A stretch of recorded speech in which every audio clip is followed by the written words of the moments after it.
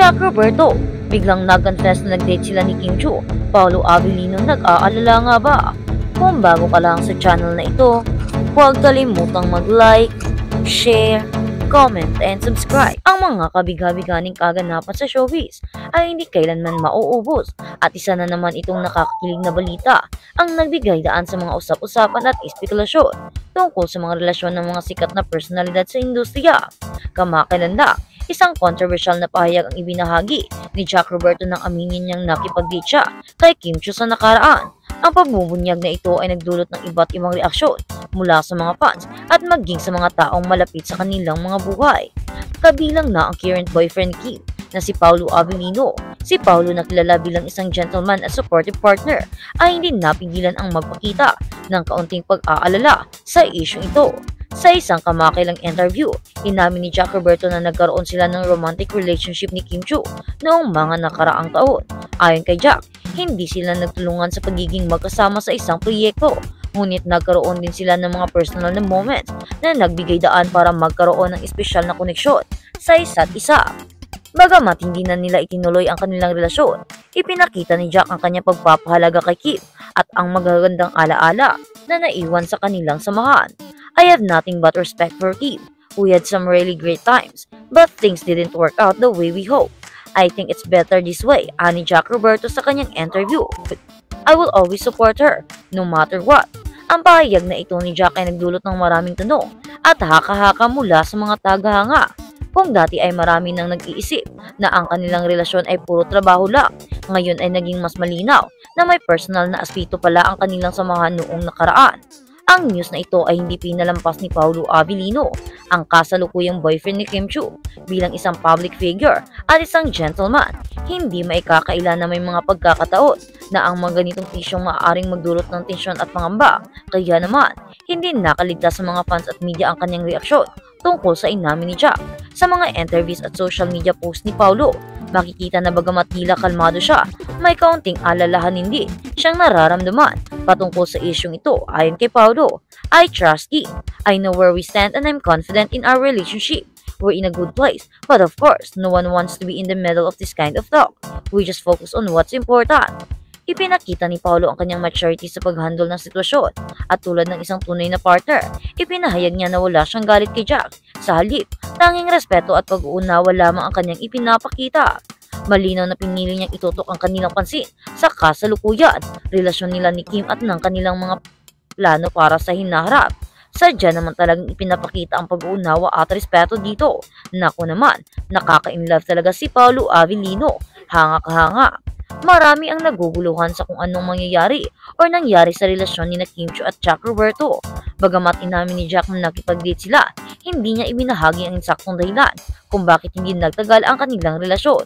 Subalit inamin ni Jack na sa kabila ng lahat ng nangyari, walang anumang hindi magagandang nangyari sa pagitan nila ni Kim. Ang mga pagkakaibigan at respeto ay nananatiling buhay at hindi ito nagkaroon ng epekto sa kanilang mga professional na relasyon. Ang importante ngayon ay naaalala ko ang mga magagandang araw namin at natutunan ko ang mga bagay na nagpapalalim pa sa akin bilang tao. Dagdag ni Jack. Kim Chu, pagkakaroon nito, si Kim Chu bilang isang kilalang personalidad ay laging nasa mata ng publiko. Matapos ang mga intrigang kinasasangkutan niya, patuloy na ipinapakita ni Kim ang kanyang pagiging professional at mature na babae. Sa mga pahayag ni Kim, malinaw na ang kanyang focus ay nasa kasalukuyang relasyon niya kay Paolo Avellino at sa kanyang mga proyekto sa showbiz. Everyone has a past and I don't regret anything. I'm happy where I am now and I know that this present is the most important thing. I'm just grateful for the people I have in my life right now. Ani Kim sa isang interview. Ipinakita ni Kim ang kanyang kakayahan na magkaroon ng balansing pananaw sa kanyang personal at professional na buhay. Hindi siya nag-aalala tungkol sa mga nangyari sa nakaraan at mas nakatuon siya sa kasalukuyan at magandang relasyon na mayroon sila ni Paolo Avellino.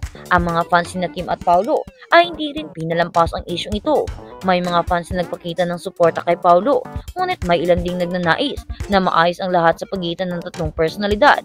Kim and Paolo are meant for each other, sabi ng isang fan sa social media.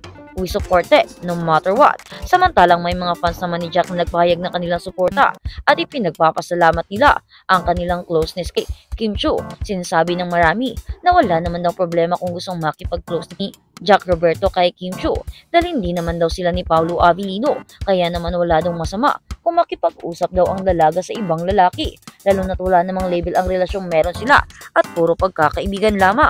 Ano naman daw ang dapat na ikakasakit ng mga fans? Hindi naman nila hawak ang buhay ng artista at hindi din nila hawak ang puso nito.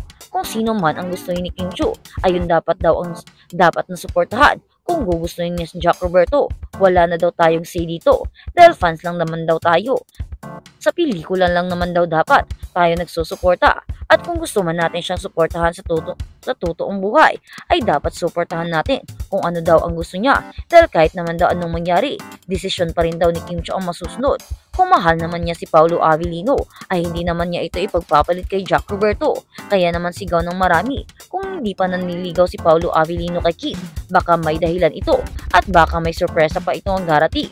At hindi rin naman daw dapat minamadali ang lahat, lalo pat mga bata pa naman daw sila at priority nila ang kanilang trabaho. Kaya wala naman daw masama kung mag-i-enjoy muna daw sila bilang love team. Bakit naman daw irarush ang mga bagay? Hindi naman daw kailangang magmadali.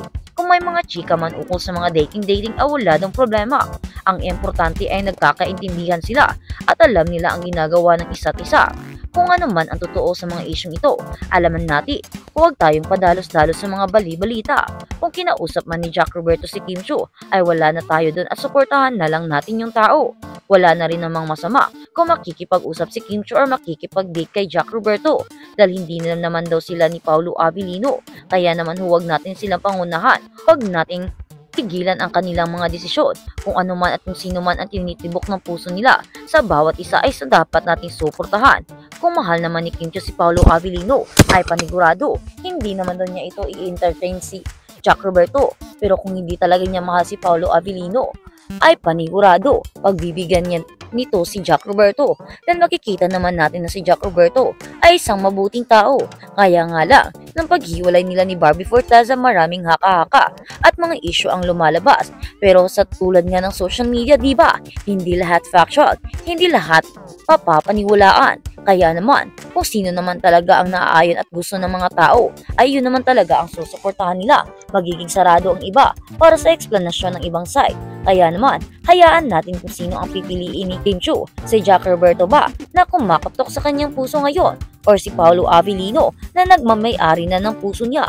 Kaya marami na ang sumisigaw at nagtatanong kung sino nga ba ang pipiliin ni Kim Chiu. Pero panigurado, kung alin man at sino man sa dalawa, ay walang duda na susuportahan pa rin namin si Kim. Susuportahan pa rin siya ng kanyang mga fan. Pero isa talaga ang mas magpapalakas sa kanya ay ang tandem nila ni Paolo Avellino na kung sakaling magkatuluyan ang dalawa ay panigurado, yun nga tatawagin silang power couple.